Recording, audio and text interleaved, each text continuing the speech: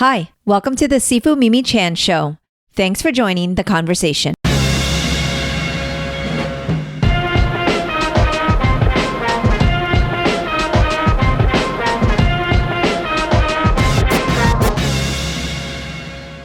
In this episode, we reconnect with Ronald Sambrano to reflect on the aftermath of the devastating Lahaina fires 1 year later. The conversation sheds light on the ongoing challenges faced by the community, as the initial waves of media attention and support have faded, leaving many feeling forgotten. Ronald shares his firsthand experiences and insights on the slow journey towards healing that the island continues to undertake. Despite the resilience and strength of the people of Lahaina, the scars of the disaster are still deeply felt. This episode is a vital reminder that even after the headlines have moved on, the need for support and solidarity remains crucial. Join us as we delve into the real and ongoing struggles of an island still in need of healing and explore ways we can continue to make a difference. I've been enjoying these conversations and hope you have too. If you have, please rate my podcast on your platform of choice and share it with others. If you would like to support with a donation to help keep this podcast going and support the work I do, you can become a patron of the show by visiting my website or patreon.com/SifuMimiChan. For comments or suggestions, reach out on social media at SifuMimiChan. Now, on with the show. Hello. Welcome to the Sifu Mimi Chan Show. I am so excited because, Ron, we are here in person together. Yeah, finally meeting you, Mimi, yes, from Florida. I Oscar, know. cool. And it's been not quite a year since you and I spoke, but I am just so... words can't express when I look out, and I'm here in Maui, been in Lahaina, staying kind of north of Lahaina, but just sitting here with you in person is actually quite surreal, and it's kind of amazing. So it's a small world. Thank you for taking the time to talk to me and come across the island and just... I wanted to be outside by the ocean, but sound and all of that. I was like, all right, we're going to play it safe. We're here inside the room, but we have a really beautiful shot of the ocean here for those of you who are watching on YouTube. But for those of you tuning into audio that don't know, Ron had an amazing conversation with me last year where he shared all of the unfortunate events of the Lahaina fire and your crazy story where you were running towards the fire instead of away from the fire. Yeah. And so for listeners that want to kind of hear that, I'll definitely post a link. But thank you for being here. Yeah, thank you for calling. How are you doing? Close to a year. It's hard. Yes. A lot of my friends are still displaced. Mm-hmm. And just a lot of stress, a lot of emotions. Mm-hmm. And but we're trying to move forward. But for me, I'm blessed. I have a lot of family. Mm-hmm. I'm with my family now. I have a lot of good friends, cousins, and whatnot. So I'm good. But yet sometimes, like when I was talking to you the last time, I think after that it finally hit me that the town's gone, and it got so bad where I had to go get counseling or therapy sessions. Of course. A friend of mine urged me to go and just talk. Yeah. And that kind of helped out. Good. And what I learned is that it's PTSD, right? Of course. And, so my therapist was just telling me how to handle things. Because at one time I would be at the condo, our temporary place, and I couldn't sleep. And I just, things would trigger something, I could just see everything burning. And there's some people that had it worse than me. They saw people on fire, or stuff blowing up. So I can imagine what they went through. But for me, almost a year. It's for the first time in my life I've, dealt with this kind of emotions or depression, PTSD, or whatever. And I think it gets worse. I wouldn't say worse, but in a good way. Friends call me. Mm-hmm. For some reason, I've been the ears for my friends and other people. They would call me and just vent. And it was good at helping people. But then I told my therapist, man, I'm going nuts, man, because I'm hearing all these negative things. And she goes, well, that's good that you're doing it. You're helping your friends vent. But she was telling me those therapists, I didn't know, they get that. But just listening to people's devastation, and but so it's really I don't know, call it divine or whatever, where people just calling me and and just vent. And they're all people that lost everything. You know what I'm saying? So right now, for me, I'm okay. My family is okay, but a lot of people haven't even talked about how they feel, because right after that, family, ohana in Hawaiian, ohana, they had to like hit the ground and just plow and work hard to do whatever. Yeah. And it was really painful for me when we were at the condo. I think that's after we talked on the phone when we did that podcast. Sorry. I saw the kids because they had to go back to school. Yeah. So I'm looking at all these people that they lost everything, but yet their kids are looking good, and I know that's not their clothes, right? So part of me is thinking, man, it's really like messed up, but then there's good people in the world that gave us clothes. I mean, I had nothing. In fact, this shirt, somebody gave me this shirt. So a lot of people had help from other people from around the world, And I'm looking at these kids and they're not smiling. And one reason they're not smiling is because, well, they lost everything. They heard of people dying, so they don't know how to cope with that. Yeah. And, and I don't know if you were watching the news, but a lot of kids had to transfer to different districts. Of course. Because, Lahaina's burned down. Right. There's no school. Their district is gone. So they had to transfer, and these kids were bullied by other kids, which made me kind of angry and upset, because Hawaii is like one big family, supposed to be. Yeah. And I get it, there's going to be bullies in your workplace even. There's bullies, for some reason in life there's bullies. But a lot of kids were getting really, it was intense bullying, whatever. Mm-hmm. And I was like, oh man. So when I see these kids, I don't know if these kids are being bullied, but I'm thinking, man, these kids are beautiful, man. They're innocent, they lost everything, but they don't want to go to school because probably, it's all negative. You know what I mean? So, just the dynamics, Mimi, of almost a year, it's just, I can't put a finger on it. It's just, everybody's different,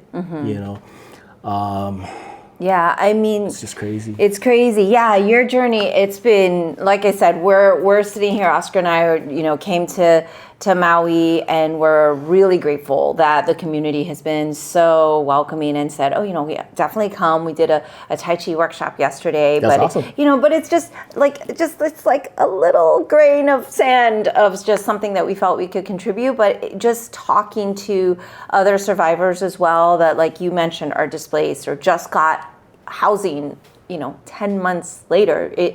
I can't really imagine what that's like, being displaced for so long. And like you said, thank goodness you have family that took you in, and you've been able to have that kind of security. But what you just shared about the kids in school that had to go to other schools, and then that's just heartbreaking. It's super heartbreaking. And my hope is that the counselors in the school or the teachers are able to kind of bridge that gap, so that the bullies can understand what's happening here and why these kids are suddenly in this new school. Like you said, it's one family on the island. I'm actually a little bit shocked to hear that's been some of the experience. Like you said, all kids will get bullied regardless of what's happening. It's not a perfect world, but that's actually really shocking, because so much of us, we're outsiders. We just get to see little bits of things on the news, right? Mm-hmm. And the reason I really wanted to sit and talk to you is because I'm not getting to see anything anymore. I don't get the local Hawaii news, because I know coming from Kauai just recently, they told me they still get a little bit of information, but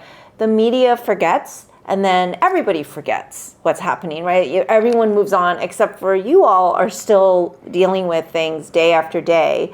And so you are, of course, moving forward, but there's still so much to be done. Yeah. Yeah, so much healing to be done, but beyond the healing, because that's a whole dynamic that I definitely have no expertise to talk about. But in terms of the city itself, like I drove by and we did see just the devastation, but like you said, the whole town is gone, and And what does that progress look like? Because I know we were talking earlier, they're demolishing things and trying to rebuild, but clean it up, we're talking about 10 months already. So what has actually happened? Because I will tell you, most of the world doesn't know. They don't know. They think, oh, well, that was a year ago because, hurricanes come in the islands all the time in Florida. And okay, we rebuild. And within a month or so, a lot of things normalize. Granted, I know that in Puerto Rico, that hurricane was devastating for a long period, but people really in their minds think something from last August, things are resolved. But exactly. Because infrastructure-wise, not so much. No, I mean, I hear stories from people in the know. Yeah. I mean, for me, when this all happened, even a week after, I was talking to one of my friends. I go, man, this is messed up. It'll be years before it'll, be built a certain way. It's going to be altered for sure. It's not going to look the same. No. And, with, Governor Green kind of blurted out, I don't know, he said something about a smart city and all that. But, if it is, then, I mean, it's technology. I tell my friends, well, if they do that, I mean, it's just technology, right? I mean, we got smartphones. Yes. So, I mean, I'm not for or against it, Yeah. If I talk, back in the day, back a few months ago, you say something and it was really, people get angry. Okay. I mean, a friend of mine, all I said was, maybe they're going to do it. And man, the F-bombs came out and I said, hey, dude, I'm just saying, I'm not for or against anything.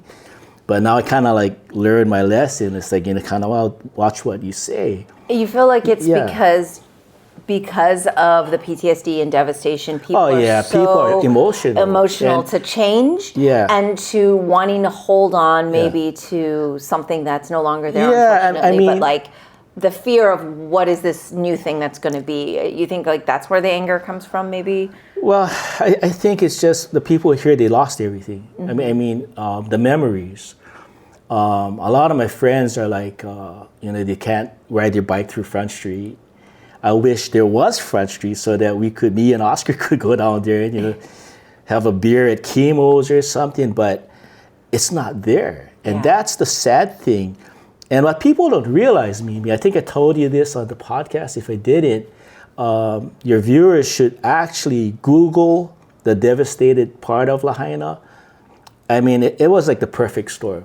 I mean, Lahaina, it's we got the same zip code, 96761, where we're here now, but I'm looking out the window and I can see the burn zone.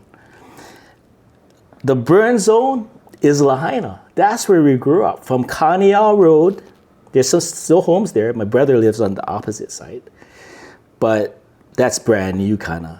But from that road south to Puamana, at the very end, how Front Street loops, one end to the other end, that's where we grew up. Yeah. I mean, it's a small town. I mean, there's different dynamics in every little pocket of that town. You had the plantation camps, they were still around. You had, the newer part, and, you had where the rich folks live on the beachfront. So that little town is gone. The personality of that town, if that makes sense, is gone. Yeah, of course. Just everything's gone. Yeah. All those little stores that you could just walk there. You could just walk the whole town the whole day. I mean, you and Oscar, it's sad it's gone because you would have a good time. I mean, you could catch a boat, go to Lanai, or just stay there. And you know what the sad thing is? And we're talking about how people get angry. And I get angry too when people ask me stupid things or say stuff. And I when I said things earlier, it wasn't meant to piss anybody off. It was just, the reality of it. Things are going to change. Yes. But for me, certain parts of Lahaina was special. Of course. Just driving through, you could stop over there, you see your friends. Hey, what's up? What are you doing? Hey, you're surfing? Okay. Meet me at the house later. And it's so small. It's a small town. A really small town. And it was an iconic town.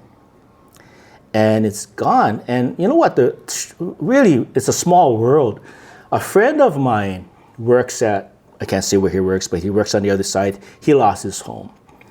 And I remember when all this happened, I had no idea there was a place called, at that time, Paradise, California, where they lost their whole town in Butte County in 2018. Oh. They had that wildfire. The wildfires, in California, the campfire, they called it, and it wiped everything out. Right. My friend goes, man, check this out. I go, wow, I didn't really know that. How did I miss this? So 2018, those guys from Paradise knew already what they had to go through. So my friend goes, hey, dude, and this was just recently, because there's a girl that works with me. She just graduated from Baldwin High School over here. And she goes, hey, I'm from Paradise. I know what you're going through. And he goes, what?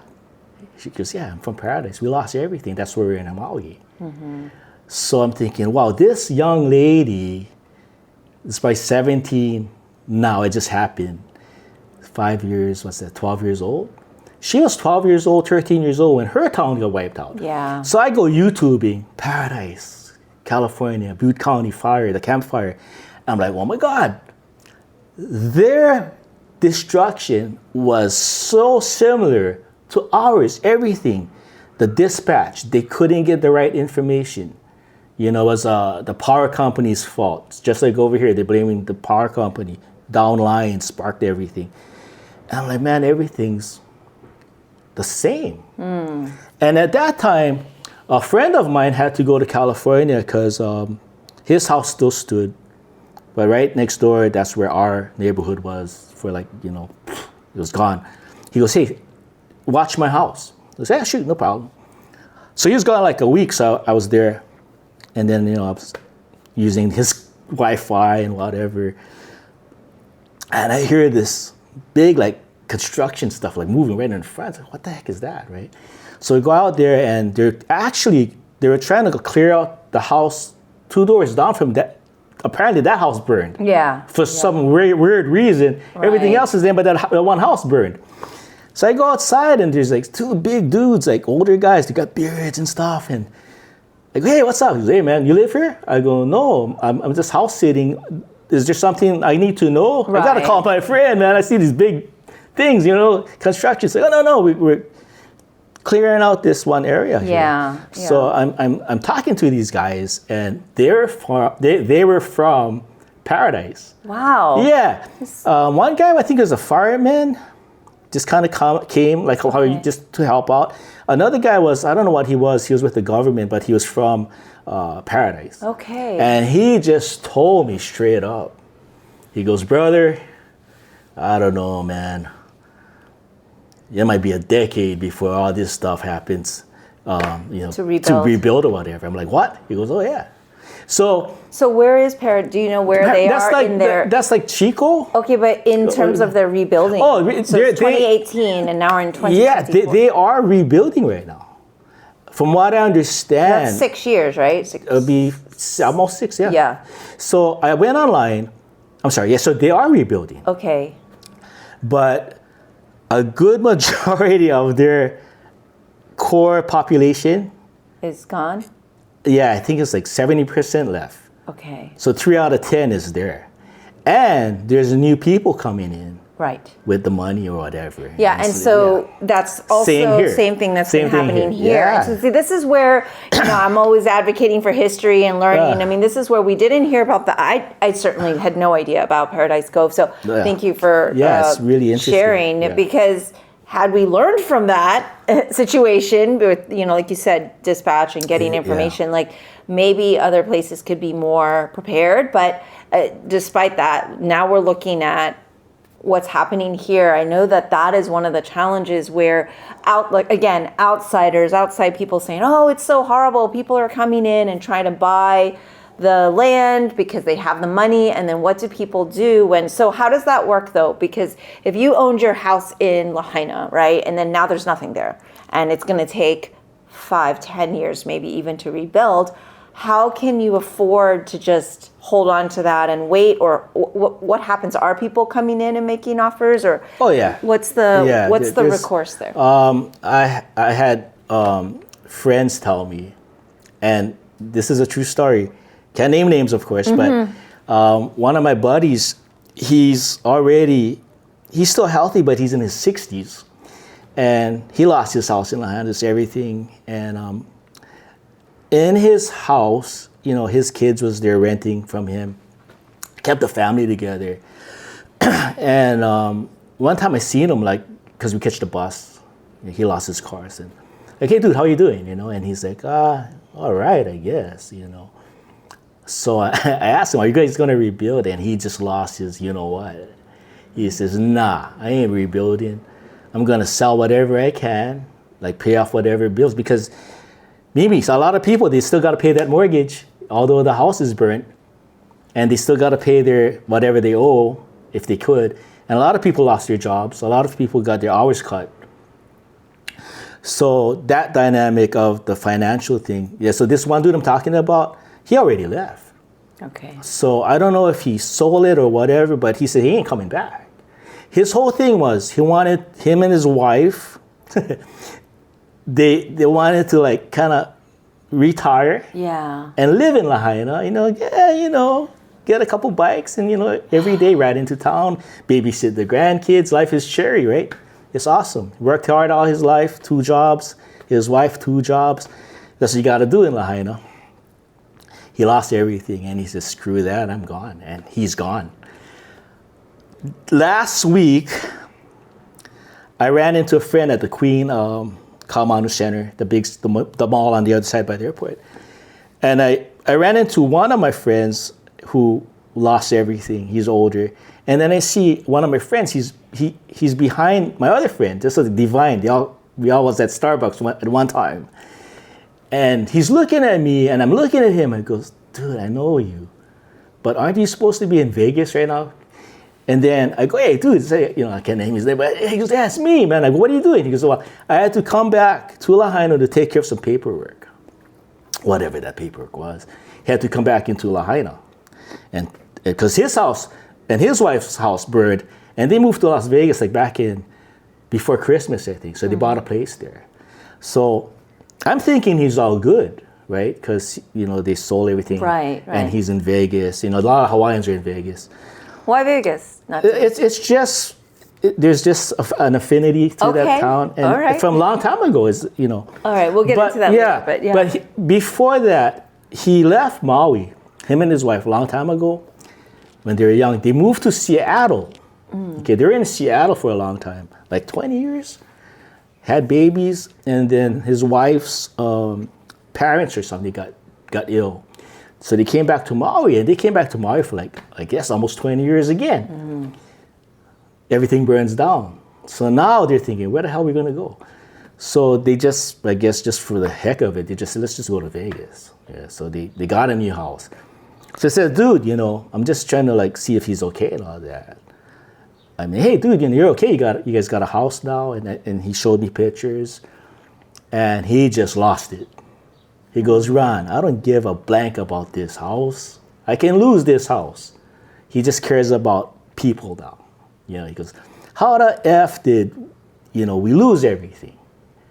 There's no answer, You can blame whoever, but his whole thing was, dude, I lost my town, man, and I had to move 3,000 miles to a desert, and he's like, man, I'm not that happy. I'm happy they're real healthy. I got my kids and whatnot, but, I don't think he even vented, because when I see him, that's when everything came out. Yeah. So there's a lot of anger. Yeah, there's a lot of anger, and because my cousin would drug me over. And we're talking about people that we think they're okay, but when they really get down to the nitty-gritty, that's when the emotions come out. Yeah. So the whole world needs to know that we're okay. I mean, it could be worse. We could be in in the Middle East or something, getting bombed, right. Really being displaced. Yeah. But in our own way, it's still stressful. Yeah. I think right now it becomes more the financial thing for a lot of people. And I think the initial shock is done already. I mean, it's still there. Hearing explosions and the fires and whatnot. But a lot of uncertainties, I got another friend, I don't know if I said that, but she started working again. She's getting older. Her daughter's moving to the mainland, I think Florida. So she doesn't know if she's going to follow the daughter. Yeah. Because she ain't got nothing here. Right. You get nothing here, why stay? Yeah. Is it also, it sounds like people, when they're moving, they're not moving to another part of Maui. No, they're not. And they're moving completely far away. Yeah. Is it because there's nowhere to move in Maui, or is Yeah, a it lot too of expensive, or what? it's Why do you feel expensive. people are? I mean, I don't know that I would want to move to Vegas if I were living here in Maui. But you said there's a special connection. But I think it's just a personal thing, and like you said, well, a lot of people that I talk to, they don't want to be here because it makes them depressed. It's too painful. It's too painful. Oh. They just want to get lost, go someplace new. Yeah, and even the other islands still remind them of Hawaii. And I know friends that are in down under now. That I don't know if they moved there, but they're tripping out down there. Yeah. So everybody's different, you know. Yes, I guess we got to go talk to these people, but a lot of them left because there's nothing here. Yes. And one of my friends told me, as he gets older, he doesn't want to stay here and start over. So he and his wife is thinking of moving, or if they probably did already, and start new someplace else. Okay. Just being new in a new spot. Okay. Yeah. Okay. And there's a lot of people that move to Washington, Oregon. Like just different places. But I really want to go back to the Vegas thing because I find it to be so drastically different from this beautiful paradise I'm in. And I think of Vegas and I'm like, no, Hawaiians love Vegas. Yeah. Oh boy. It's pretty great. Why is that? Well, the Hawaiians love to gamble. They do. They gamble. It's like kind of a general, for pastime, for fun. For fun. Yeah. And it's cheap, you got like these. It's not cheap if you're gambling. Yeah, but they make it cheap. So they make it cheap so that you lose a lot of money there. Yeah. But my mom, when she was alive, she used to love going there. Okay. Yeah, so that's I learned something today for sure. I mean, I learned a lot already, but you should. I didn't realize that Vegas was there was like a direct Hawaiians love to go to Vegas. I would never have guessed this. It's crazy. You should actually do a documentary on that. Okay. You get a lot of material. I guess so. I didn't know that. So is there a big community of Hawaiians that do live there too? Oh, yeah. Huge. My friend Dave moved there when it was starting to build up. Yeah. He and his wife moved from Lahaina in 87. Yeah. And they moved there and worked there. She was a paralegal and he was retail, I don't know what, clothing. And I used to go visit them. I'd play golf, me and my friend. We'd play golf and go check them out. And his daughter's old now, she's in her 30s, I think. So he checks up on me. He says, "Hey man, how you doing? How you holding up?" I go, "Good," because he used to live here, and he it's emotional. Of course. We used to hang out in Lahaina. It's all gone. And so I talked to them, and I go, "Oh, so next time I'm in Vegas, I'll check you out." He goes, "I'm not in Vegas anymore." I go, "Where are you?" He's like, "I'm in Boulder. They're 30 minutes out." I go, "Okay, kind of same thing." He goes, "No, it's not." So long story short, he moved there because he could afford a house. This was back in 87. Okay. So they bought a house close by the airport, and they fixed it up. It's nice. But when the daughter was old, they decided. I didn't know this. They sold the house and they actually moved to Boulder, and they're in like a cheap house just for them to live. And he said, "Man, we're just banking. We're saving a lot of money." Okay. And he was he's always good at money. But a lot of people moved to Vegas because it was cheaper. Okay. But not anymore. Not anymore. Every place is expensive now, so. Yeah. So, all right. Well, now that I know that's a fascinating No, it's a crazy story. It's really interesting. But you know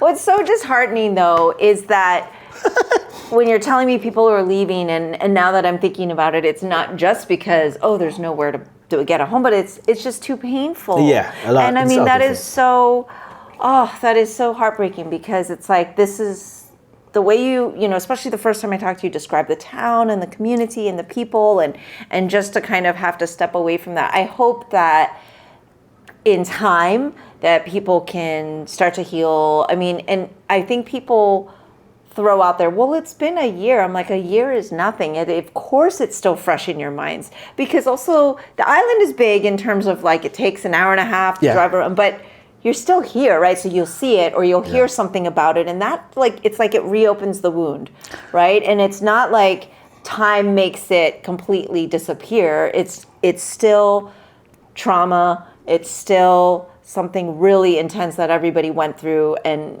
it's such a large amount of people went through it. One of the people I worked with yesterday at the Tai Chi workshop said, I didn't do my profession for a year because it's been too painful. I was too angry. So our profession's kind of, doing something, working with people. And she's like, I couldn't even work with people because I've been too angry, and then finally having like a permanent home, there was some sort of like settling and okay, I think I can start my life again. And that was just horrible. I was just so sad to hear that, because I'm thinking, we all go through things. And, you mentioned, of course, it could be worse. Two things can be true. Mm-hmm.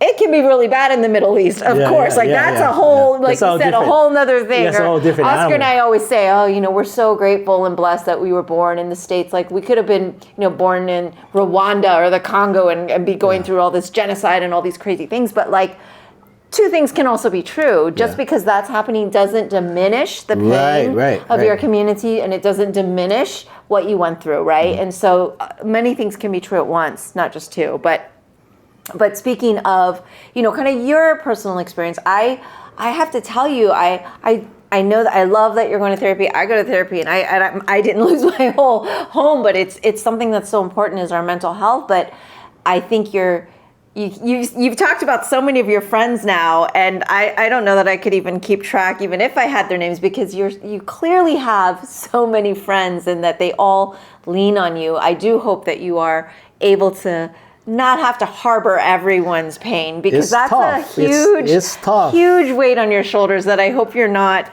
taking on, but it's amazing that you're there for so many people. Yeah, I mean, it's kind of weird where, like you said, like one guy, I had to tell him, man, I can't talk right now, dude, but I'll call you later and see how you're doing.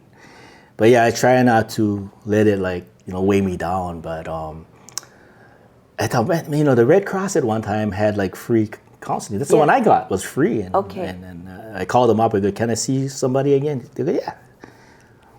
But I tell these people, my friends, I go, just go talk to somebody. You're not like, say to yourself, I'm not just going to see a shrink or nothing. You just talk it. Yeah. First to kind of get the stigma away. Yeah, first responders got them. Sports athletes got them, man. Yes. Yeah, you can't hit a home run. Why, man? And they talk to you or whatever. But there's still a stigma in the Hawaiian culture. Because in my culture, there's a stigma of mental health, but it's changing. We're the same. Isn't that nuts? Yeah. Because in Hawaii, it doesn't matter if you're native Hawaiian blood, Filipino, or whatever, the man has to be the support system, Like growing up, your dad, your granddad would say, oh, you're the guy. You make the babies, you better take care. You get a wife, you take care. You do whatever it takes. Even if your wife works and she's making more money, you got to hold it down. Mm-hmm. And I don't know if I told you this at that time, but maybe I did. And I'll just say it. But one day I was sitting down in the lobby, just kicking back, and I got breakfast or coffee or something. It's like maybe 10 in the morning, This local brother comes, sits next to me, big guy. He's younger than me, but he's a family man. And he just broke down. I go, you okay, bro? He says, oh, man, I don't know what to do, We're running out of money. My wife's all getting nuts, and, I got the kids. I don't know what to do. And when he told me he just didn't want to live anymore, man, I was like, shit, this is real. I pat him on the back and said, no, man, it'll be all right, man. Don't think like that, And like 2 weeks later, another big brother, same thing. And that's the whole thing of old school culture. No, man, you don't show your weakness. And I get it. But when you lose everything, that's a tough one. You lost family that died in the fire. I mean, it was expensive to begin with. And then, these big brothers telling me that they don't want to live anymore. I mean, that just hit me. And I tell people, man, if you feel that way, you got to talk to somebody. Talk to your priest. I don't know, but you got to talk to somebody. Don't hold it in. Yeah. But yeah, so it's people trying. Mm-hmm. They're trying to figure it out. Yeah. Like my niece and her husband, I live with them now. We relocated, and they just try to keep busy all the time, and that's the best thing, to keep busy. My nephews too, they're just keeping busy and all that. And everybody's different. Yeah, Everybody's so different. You know what's really strange? We relocated to Wailuku, the other side of the island. And I know these people, they're from Lahaina, and they know me. And we just make eye contact, but we don't talk. You know, I leave them alone. Okay. You know. You can kind of tell Yeah, they're it's not like they don't want to talk. And wanting to engage. they're not happy. And I can't go, hey, man, what's up? Yeah. What do you mean, what's up? Yeah. What do you think I feel, right? Yeah, I know. I was like, how are you? I'm like, oh man, that was a loaded question.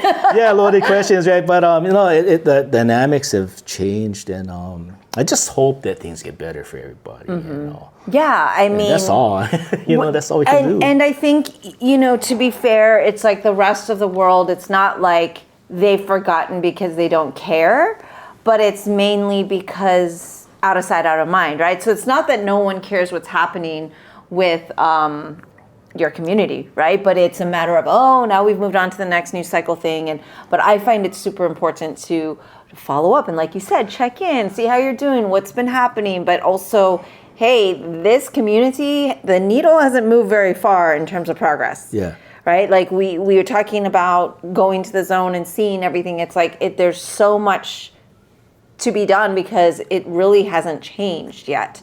Like visually, Right. You're going, okay, there's not a lot that's been done, and that we still have a lot to do, and people still have a lot of healing to do. And I mean, like I said, just speaking with someone yesterday saying, I just got permanent housing. I'm like, how did this even work? So most people were in hotels and staying in other people's homes. Like people were taking people in. Is that what was happening? Yeah, a lot of it. Yeah. And just I know it's sounding so negative, but there's a lot of positives too. There's a lot of good people out there. No, you're just telling the truth. Yeah, that's not negative. But it sounded negative. It didn't mean to be. But there's a lot of really good people here on the island that's just sacrificing their time. Like if you go out to in Kahana, there's a place called Estern's. Okay. There's a chef, Kanamu Balimbin, and from the 9th, they were like cooking for the community. And if I'm not mistaken, I think he's the only hub right now. Okay, that's cooking. And a friend of mine lost his job and he was running out of money. And I think some nonprofit funded them so that Kanamu could get help, I think, to that effect, where people could get paid to help out people, which is great, And but I was looking at his Facebook, and there's a lot of people that was donating food. Not just like, here's a steak, like bulk. Like here's a Costco. Yeah, and he could make meals for like hundreds of people. Right. So as much as, I was kind of negative or whatever, being real, whatever, there's a lot of good. I mean, there's some good people that I know that came out of the woodworks. Like my phone just lit up. I think I told you that, right? Yeah. And from all over the world, people I never knew existed, but I met them in the hotel jobs I had when I was younger. Yes.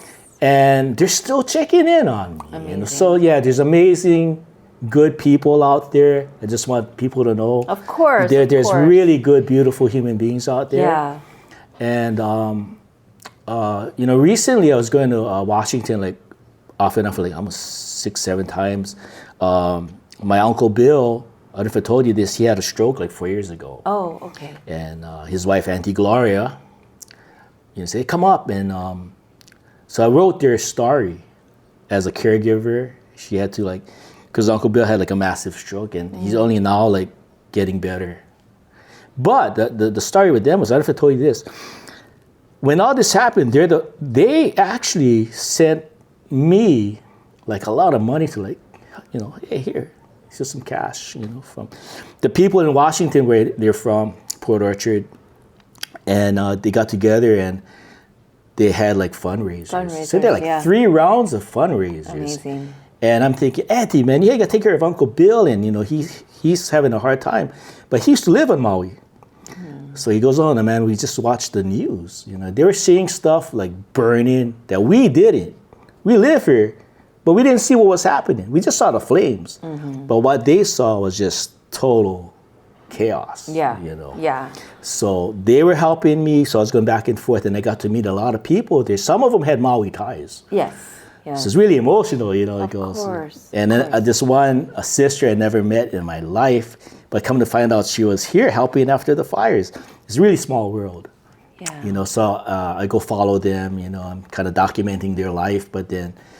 And the guys, hey, you know, Ron's from Lahaina, and it's automatic. Oh, you know, they're hugging me, kissing me. It's like, wow. So it's like a lot of awesome people out there still. I know you just mentioned that, you know, we kind of like under the radar with the news. And that's the way it is. That's the way it is. That's just the way it is. Yeah, but that's the way. There's a lot of good people that still know we're having a hard time.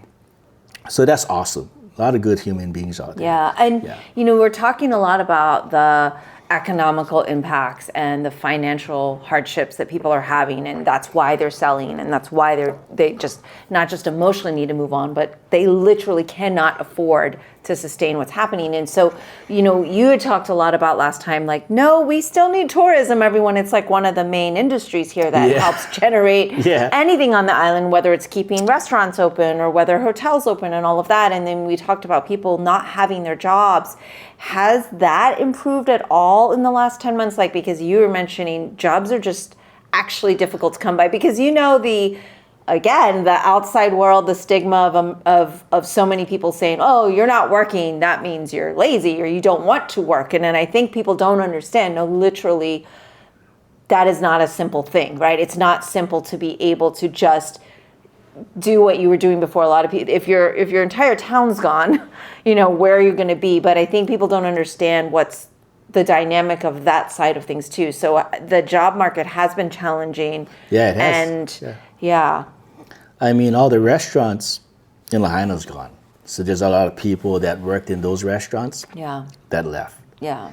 A lot of them that work those jobs are like, not really transients.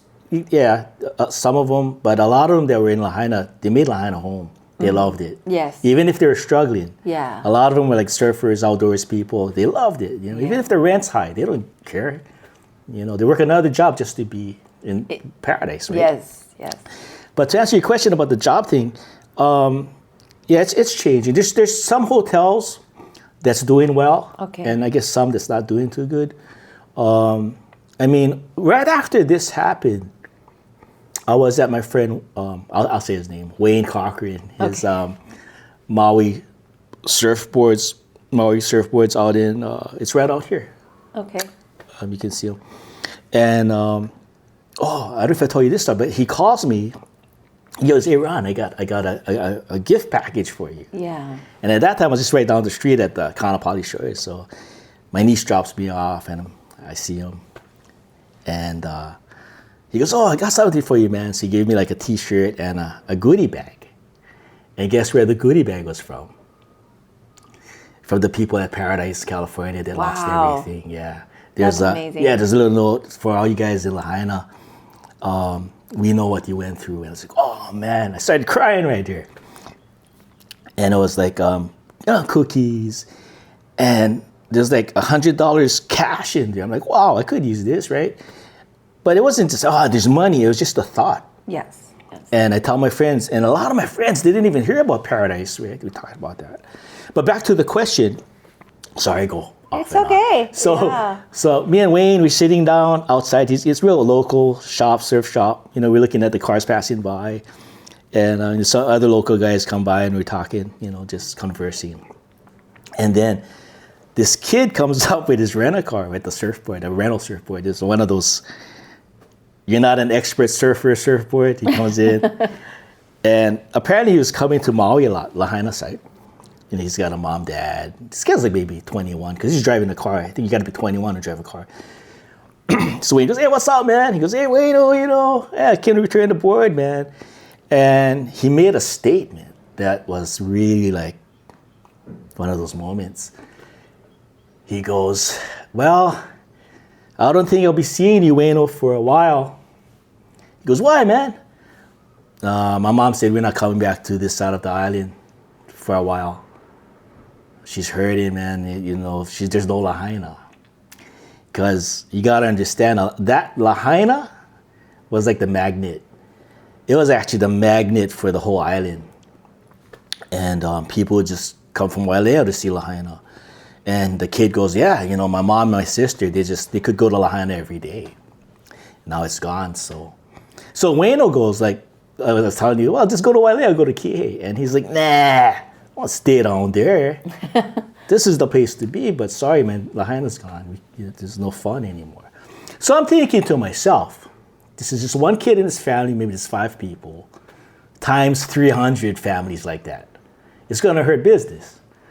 And how about the people that bought tickets just to come into Lahaina to see it? They heard so many great things about this little town. And they're not going to come. Or they're going to come, but there's nothing there.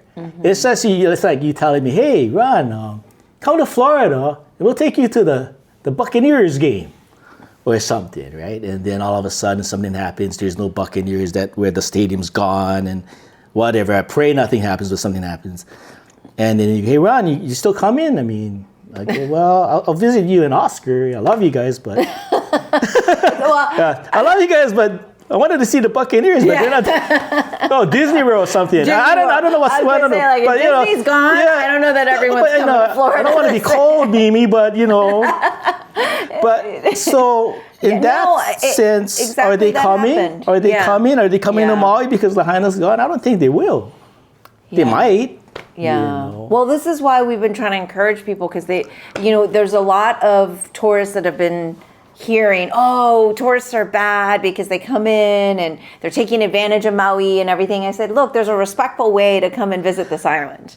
Yeah. And they need visitors to this island. It's going to hopefully bring life back. And I mean, we were really happy to see. We got in. The airport was busy. Looked like the car rental place was super busy. People were coming onto this island, and I'm hoping that life is slowly building back up. But it is hard because places are closed and the jobs are not available. And I don't know that everyone understands that. Yeah, and there's good tourists and there's bad tourists. Yes. We like the good ones. Yeah, I'm in Orlando. I like the good ones too. There are some bad tourists and there are some good tourists. Like my friends at the hub was telling me one time, oh my God, the bad tourists are there and say, hey man, get these tents out of here. Well, it's a hub.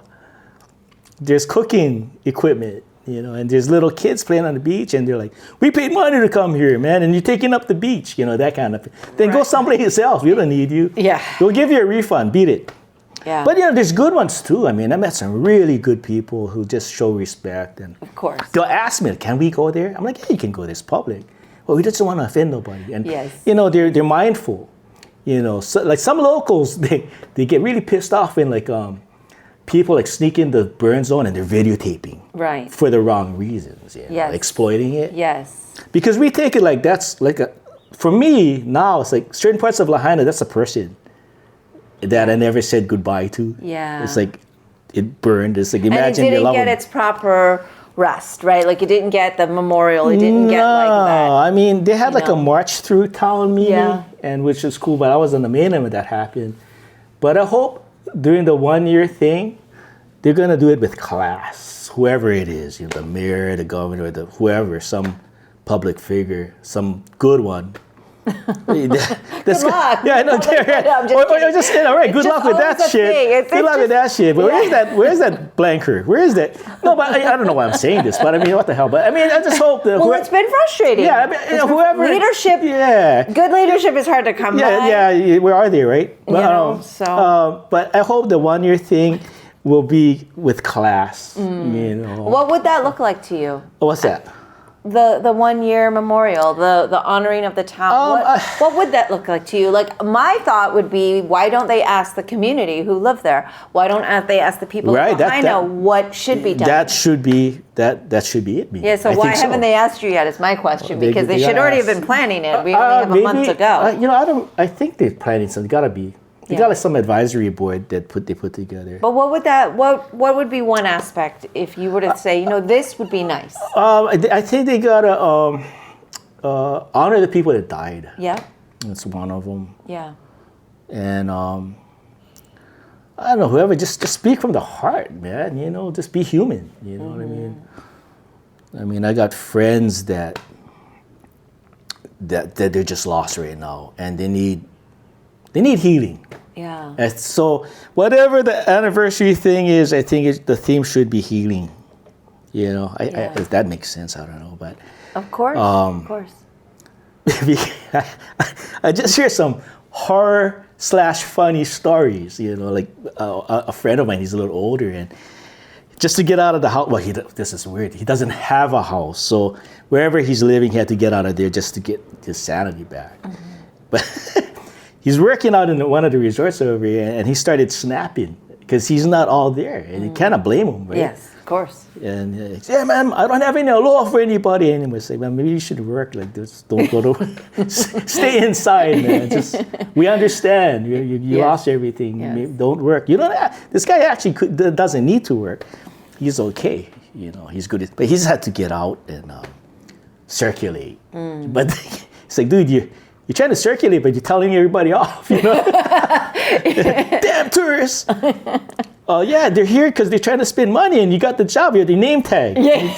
Rick. I'm Rick. I'll help you. That's why you got the name tag. Yeah, screw it in. Yeah. It's like, oh, dude, man, you don't need to work. You got money. Don't. Maybe put them in the back. Yeah, put them in the back. Not under the customer service side of things. Pack some boxes. There's no boxes. Just sit down and shut up. Just turn on the music. This is weird. Yeah, right now. You're right though. It is understandable that people need their time and their space to heal. Yeah. But it's also upon those people to know, like, okay, here's what I'm capable of, right? Like, it's hard to not know your capability or have good friends like you or have people around them to say, hey, it's okay to stay home today. Yeah. Hey, maybe we like you said, pass the box. It's like, dude, I want to go postal on the tourists, man. You should have stayed home. No, I'm just joking. But yeah, we got to laugh at some stuff. But Yeah. Well, when we were driving in, I said, oh, well, because people said, well, when you drive by, you're going to know you're driving by. Yeah. So let me ask you this. Let me be the interviewer now. All right. So when Oscar was driving in, I mean, did you see the town when you're driving in? Yeah. So it's kind of hard too because you know how like it's elevated. Yeah. But what we saw were all of the flowers and there's the memorial. The memorial. Yeah. There's a bunch of, and so coming from Florida or anywhere in the States, like anytime you see flowers at the side of the road, you're like, okay, someone. There's either a drunk driver or something. But also we had the Pulse nightclub shooting in Orlando. Yeah, and that's like a memorial. Crazy. And if you don't know where it is, if you drove by, you would know because you'll see there's still things there. People are still putting honorifics there. People put like the flowers or pictures or something. And so when we were driving, like you did see the grass looks really burnt. Like you can see where it's dark and everything. But I guess the way the bridge is or the way the road is, it's not like you're overlooking. You can see it. You can see. But what I saw, you could definitively see a lot of the flowers. Yeah. And so, like I told you, we went to the food land to get some groceries yesterday and to get some food. And I'm like, I know we're real close. Like we could feel how close we were. Like kind of, I guess we were on the outskirts of where you said you would ride your bike there or you could walk there. Like we were pretty close. Yeah, you were real close to my house. Yeah. Because where you guys are at, the food land, just right in the back, there's some old train tracks. I hop the tracks, and there's a cul-de-sac. I go up, down, up, and turn right. My house is right there where I used to live. So it's a really small town. Yeah. If you had a bike, you could get around real easy. But you're close by. Yeah. So we did kind of have that feeling. It's like as soon as you got through the mountains and you're on the other side, from the airport side to the, you kind of start to feel like the change, right? And just even the locals that we have come in contact with and that have spoken to, and just kind of the reverence of this side of the island and the care of which they speak of how to kind of be mindful of everything on this side. Yeah, I mean, that's it, I guess, because everybody's going through it a different way. But I mean, people are struggling, But Lahaina people in general, we still use help, but a lot of Lahaina people are like strong-willed individuals that don't want handouts. They just want normalcy. They just want to provide for themselves. A lot of them, Even the younger generation, they're just in this part in their life where there's nothing and they gotta try to make something happen. But a lot of them have a hard time trying to make something happen. Some people aren't as blessed as other people. like I was talking about my friends that moved. They're really blessed in, their finances they still had something where they could do that. And there's a lot of my friends who don't have that. So what do? They can say, I want to move someplace, but they can't. Yeah. Yeah. So, yeah, everybody's going through some stuff right now. And because I've been keeping up with you, I know that you were video blogging a lot. You have been writing a lot, and has that been really not just a ways of communication and letting your friends and family know, but has that also been very healing for you? Yeah. Sharing actually is healing. I think if it wasn't for friends telling me what they were going through, I wouldn't have any material. It's just me. I'm boring. It's like, oh yeah, I'm feeling down. But throughout this, I wrote my book now. Yes. From this thing, so I got to get it printed, and hopefully it'll be out at the anniversary date. Okay. I'll send a copy. I'll send one to you. Yeah. So writing is really healing. In fact, the book that I did it so fast where actually Alika took it to kind of like read it, and he took a while. He goes, He goes, hey, Ron, man, you got a lot of commas. I was like, oh man, Alika, man. So I took it back, and at the same time, I was in Washington going back and forth trying to do my Uncle Bill's stroke book. So I had two things going on at one time. A lot of coffee. Seattle, man, coffee. Seattle? What about the Hawaiian coffee? Right. But I was over there, and it's like, I'm a local boy, and over there, it was in the wintertime, it was cold. It was like cold. Oh, yeah. And I get writer's block. But it's healing. But when I was doing mine, when I came back, I look at the stuff, and I had to read the whole manuscript, but I did. I say, oh, man, more coffee. And I go, yeah, I rushed this thing. I rushed it. So, Alika was telling me, man, I don't know, man, there's so much stuff in there. So I had to cut it in half, trying to do that. And I had to take it to another editor to just clean it up, and she did, and it's perfect, and got some photos in there. But, yeah, back to writing it was really healing, And I hope that when the book comes out, people will look at it and go, okay, this is what they did. This is what they experienced like a year ago, because it's basically of people telling me what happened. They ran out of the house, and, although people saw that on YouTube and all that, they go, we saw that already. But I think if it's a book form for history's sake or whatever, people won't forget. You know what I mean? I think there's something very important about documentation. Yeah. Not just, like you said, that's why I asked you about if it was for you for healing, but a book really, like you said, will go on the shelf. It'll be something that we keep, that's preserved and everything. I think the YouTube culture is one thing. I mean, I know I'm documenting on YouTube as well, but I really feel like it's super important that you have that out. What's the title of your book? And is it still work in progress? No, I can say it. It's already copyrighted.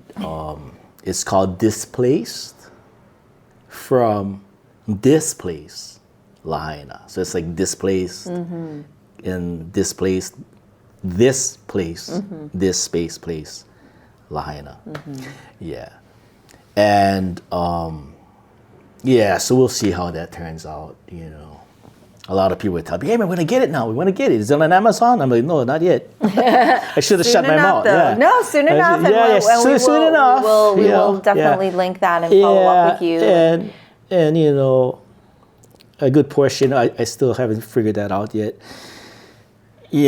Profits stay in Maui to help out. My goal is to raise money for. Well, I can't forget the people in upcountry Maui that had the fire the same day. Right, so, right.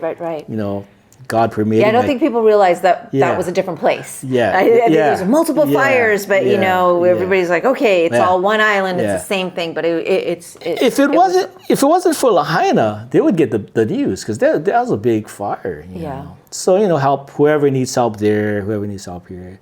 Whatever I can raise. I mean, even if is for like a gas card for like $10 or something. It's helping somebody. But Yeah. that was my goal, my big thinking goal was, give it to Oprah.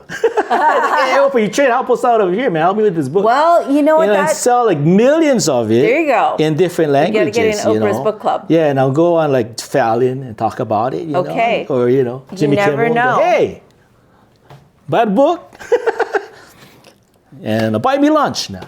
Yeah, absolutely. Absolutely. That was the whole thing about writing the book was healing and helping. And who knows, Yeah, well, I definitely wish you all the best for that, and have my fingers crossed that Oprah, that they'll all be fighting over who's going to have you on to talk about these stories, because they need to be told, right? And they need to be preserved, and people need to learn to respect and understand that this is what the community went through, and that they were comfortable speaking with you. Because I will tell you, I'm sure reporters reached out, was like, I want to interview people on the island. Honestly, one of the reasons we had heard about stuff, not just because we have Maui connections and Hawaii connections, was there was a podcast on the Daily, and somebody was there telling their story about them and their dog, and it was like super detailed, and I'm just thinking, wow, so many people were experiencing so much at one time. There's a lot of stories to be told, but I feel like a lot of the community probably aren't comfortable really sharing with a reporter type, right? Yeah. And so they go to you because you're Ron from Lahaina, and everybody wants to share with you, apparently. Well, believe it or not, there's this one, this guy, and one of my friends in Oahu called me. He said, hey, I got a connection, this chick from Canada or something, I forget, or the UK. She wants to interview you. Mm-hmm. I go, why me? She goes, oh, somebody reached out to him for some reason. They thought my friend was living on Maui, but he used to live on Maui. So they contacted him. He goes, send him my way. So, okay, well, is this going to be on video or just over the phone? He goes, I think she's going to talk to you over the phone. Mm-hmm. And just the way she came across on the phone, she was asking me questions and she was trying to add to my answer. Oh, okay. So you're saying blah, blah, blah. I go, no, I didn't say that. But that's what you're alluding to or whatever. And I was like, nah, I think we're done. Oh. And she's trying to call me back. I just blocked her call. It's like, man, evil reporters. Well, that's the thing. But you're not evil. Thank you. And you're a black belt. I don't want you to kick my ass. I don't want to answer you, Mimi. I don't kick to the head. I grab my neck. She's a black belt. Never happened. She kicks ass. I don't want to mess with her. But a lot of people don't want to talk to the media. Right? Yeah, and I don't blame them. I don't blame them. When I look at the media, I don't actually watch the news because it's frustrating. Yeah. Right? You don't allow people to tell their story, and you want to put words in their mouth or cut it all together so it suits your purpose. Yeah. I always tell people, I'm like, I'm not an actual reporter. Like, this is about sharing your story. Yeah. And I think I told you from the beginning the first time, I said, if you want, you can watch the whole thing and say, I only want you to put this 5 minutes. And if that's what you would want, that's what I would respect. So I always tell people, hey, I'm not the news. Yeah. I'm not trying to get you to say anything, but it's difficult. It is difficult because the stories do need to be told. And I'm so grateful that you were willing to take on, and I don't want to use the word burden, but it was a huge weight.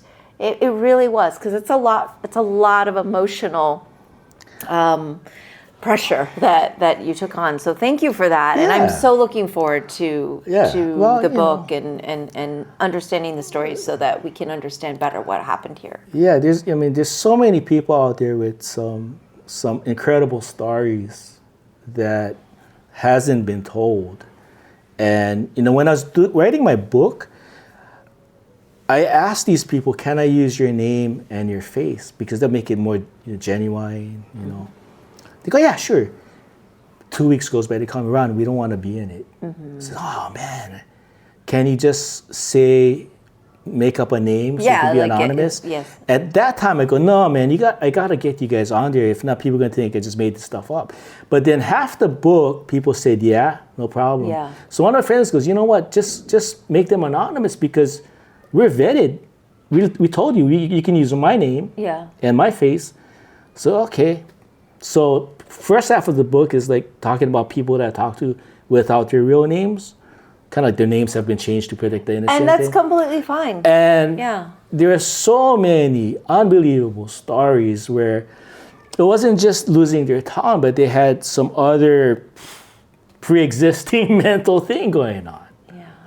It's like, wow. And one lady told me, she was messed up from before. She was on drugs, and she found Lahaina. She was at peace in Lahaina. She thought this is where she's going to be. She's older. Then everything's gone. Knocking on the door, it's a cop. She says, what? It's like, you got to get out of here. Why? The neighborhood's burning. She got displaced. And I hope she's doing fine now, because she was really living on the edge already. Like, she was talking crazy. I was like, oh, don't do that. You know what I mean? But, yeah, I mean, I just hope more people would share what they're thinking. Mm-hmm.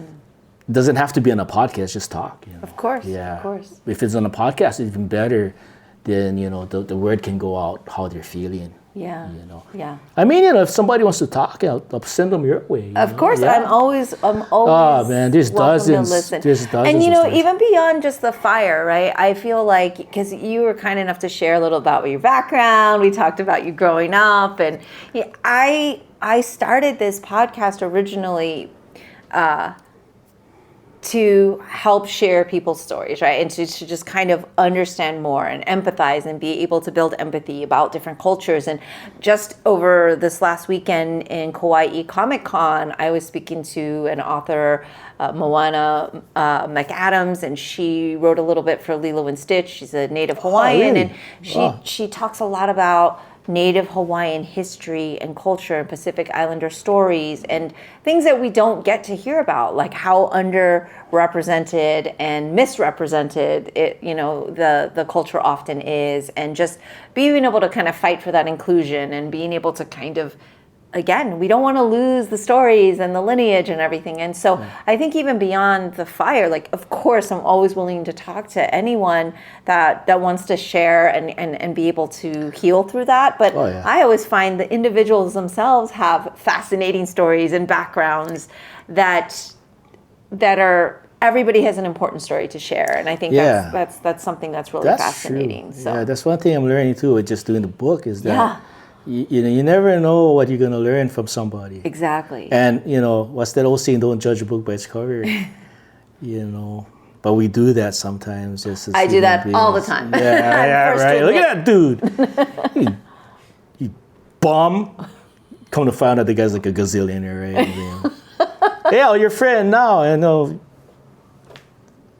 Can I get some money from you? Do you know Oprah? But yeah, Mimi, well, it's awesome that you came down and, you and Oscar to do your thing yesterday and show that, we still got stuff over here, Yeah, it's it's our honor, honestly. It's been our honor it means to a work lot with to the community. me, it means a lot to me. I guess right now I'm representing my homies, right? Yeah, of course. And a lot of guys are just trying to just be happy without nothing. And that's just something about the human spirit, I guess, I got some friends, they're always joking around. I know they're hurting, but they're trying to make people feel good. I'm actually not that kind of person right now, unless it's one-on-one, But there's people that just want to be picking people up. And there's a lot of good local brothers and sisters right now that's really stepping up to the plate every single day, sacrificing their own lives for other people. Like I know one sister, she's got her own family, her son's not doing well, like almost died, but yet she's out there helping the community. It's like, oh my God, man, that's awesome, the human spirit. So there's a lot of awesome local brothers and sisters here. That's, props to them, they're out there doing it, trying to help people, My niece is one of them. She's tirelessly always helping people. Yeah, I mean, you mentioned, she's driving me here and there, because I think people forget, you lost your home, but you also lost your cars and your transportation. Like when we say everything, we mean everything is lost. So it's been challenging. There's a lot of people that I admire for their strength, which I don't have, like some of these people. I was like, oh man, I'm not strong like this guy or this person. And they get up early, feed the kids. Okay, I got to go help at the hub or at the nonprofit or whatever, and there's people like that. And it's amazing, selfless individuals, selfless families too. Oh my God, there's some local families over here where the mom and pop and the kids are like in the truck tirelessly, every minute, every second, helping someone out. And so I know sometimes I was all negative with some of the stuff, but it was reality negative. But there's a lot of really good people. Yeah. Locals, man, there's some solid local people here. I love them. And people from the mainland, like you and, some of our close friends. I got a friend, I had no idea. He moved to Tennessee. Okay. I go, dude, you moved to Tennessee? He goes, yeah, we decided to pack up and move. But I think his granddaughter has their little condo in Kihei or whatever. But so every day is freaking, there's a new story. Mm-hmm. I mean, oh my God, like every day there's something new. Mm-hmm. Somebody moved, or man, somebody passed away, or what's really strange? About 3 months ago, I came off the bus, like right over here, and one local brother, he's like my age, he didn't know what was happening to his family over here. Like, he goes, hey, did you see my uncle? I'm like, man, that's your family, dude. You don't know where your uncle's is? And he's like, no, I haven't heard anything. I'm like, that's like, 7 months at that time? So just a lot of things that's not 100%. Mm-hmm. Like every day I go, wow, what? Mm-hmm. Yeah. It's like, you scratch your head, It's like, that's your uncle, that's your family. Yeah. You should know, not me. Well, everybody. No, I don't know about that, but it's like one of those things. And oh man, for that little town, I can look at it. It's gone, but yet there's people kind of like scattered that's tied into that town. Right now, I imagine all over the world they're scattered. Yeah. Because I say one of my friends, she's like in Asia, I think now. Mm-hmm. Yeah. Well, and there's some a down under. piece of Lahaina. Yeah. All over, which... In fact, speaking of down under, my classmate, Jackie, I'll say her name, Jackie, she was here like 2 months ago. Finally, she lives in New Zealand. She finally came to see the town that she grew up in. And, we shared a little moment. Crazy. Yeah. It affects people that was from here, living a gazillion miles away, and they see it on TV. And they call it, what's really, like you, what's really happening? We saw this and that. That's pretty part true, but.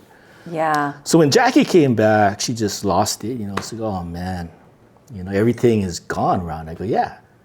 Because when she was growing up, her mom was my English and drama teacher. And she was one of my favorite teachers. It's so cool, Jackie's mom. But she lived in certain parts of Lahaina, and she just lost it. She goes, oh man, I used to ride my bike over here. We used to live over there. It's all gone. And people got to realize, like I said, people call this place Lahaina. We got the same zip code, but that part that burned me, that was where we grew up. Right. Like if you lived on this side and Oscar was right here, we'd ride our bikes and say, hey, what's up? Let's go to the beach. Oh, yeah. Well, and everybody knew everybody's mom and stuff, parents and. Yeah, it's a very special community. Yeah, it's a little town. Sure. Very, very special place. Yeah. But I really look forward. We're going to be kind of walking around and seeing some of the places. But this has been kind of a inspiring, but also, heartbreaking podcast share with you. But thank you so much for taking the time to let me know what's been happening a year later and to kind of update our listeners. There's a lot of people very invested in your story. I got so much feedback from you sharing and being so open and willing to share right after the tragedy and just right after the fire. So just thank you for being, kind of the voice of Lahaina for us who are out there. And we look forward to the book. And I hope Oprah picks that book up and everyone starts fighting over it. So Oprah, make sure you get the books. Very important. She lives on our island. She helped out. Yeah. Her in the Rock. Yes. So we'll Rock, my favorite wrestler before. Hint, hint. We'll help me out. All the celebrities that can put be me on the New York Times bestseller. Shoot me to the top. No, there you go. You deserve it. You deserve it. Thank you for being, just like I said, the voice of so many people, and I really appreciate you sharing your story. Thank you so much. You are always welcome back on the show. I'm so happy to be here in person with you. Well, you know, let the viewers know she taught the Tai Chi thing out of her heart. And, you know, Mimi says, well, there's only 8 people or 9 people there. It doesn't matter. You touch those people. So that's awesome. So thank you. Thank you, and Oscar, for coming. Yeah, it's our honor. On behalf of my homies. All right. I will take it. I will take that. My friends would love you and Oscar. Oh, amazing. Be friends for life. You'd be like, you wouldn't need to stay in this hotel. You'd be at my friends' house. if they have a place, you'd be with them. Understood. Thank you so much, Ronald. Everybody, get that book when it comes out. I'll post it here. Okay. Thanks, Ron. All right, thank you. Bye. That's all for today's episode. Thanks for listening to The Sifu Mimi Chan Show.